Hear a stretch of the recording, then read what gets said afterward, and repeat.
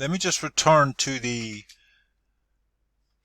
field set and legend for a second, because I mentioned there's some style applied, but I didn't actually talk you through what the style is, so I'm sorry about that.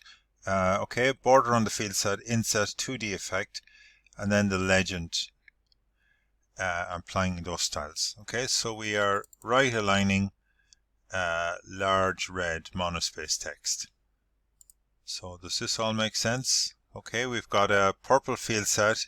The inset effect means that the top and the left side are different colors to the right and the bottom side. So that sort of gives it a sort of a shadow inset, as if it's sunken into the page effect. Okay, and then here's the legend here. Okay, text line right, red, monospace, a relatively large font. Okay, let's move on and look at section 11. Okay, now section 11 is technically nothing to do with forms at all, but as you know, in a form we have two buttons at the bottom, typically a submit and a reset button. Okay, so what about if you wanted to make a button to do something not in a form? Okay, so normally in a form you wouldn't have a button like this. Okay, so it's not a submit button, it's not a reset button, it's just it's a button. Okay, so what code do we need for this? Let's have a look at the code.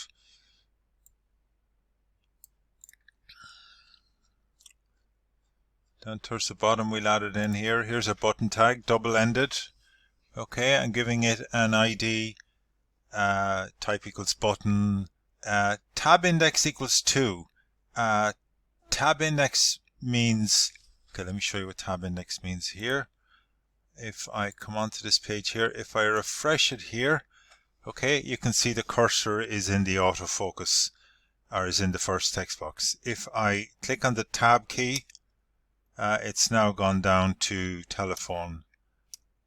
So tab index is actually not working here. Okay, it should actually be going down to the button, but it's probably not because we are outside of the form element. Okay, so that's a little mistake there.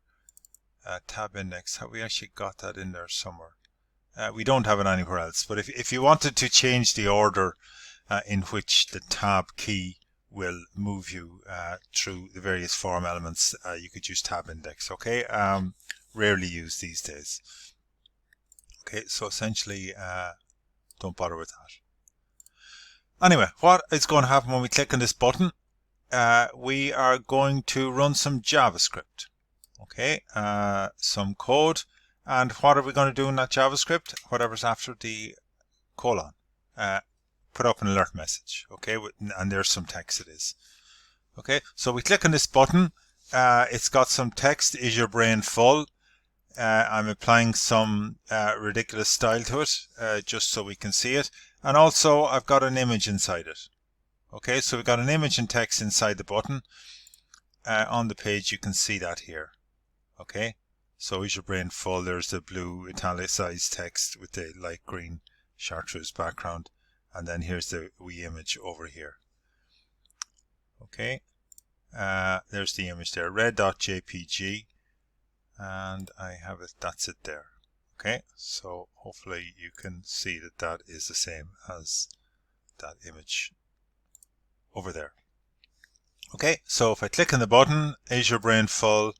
I think it is. Yeah, plenty of space yet, I hope, for more HTML and CSS. Is your brain full? And the alert message comes out there.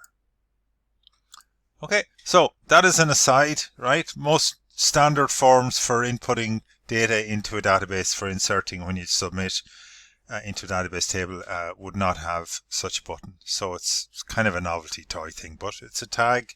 You could use it. Later on we'll use some JavaScript. We'll write some more JavaScript code.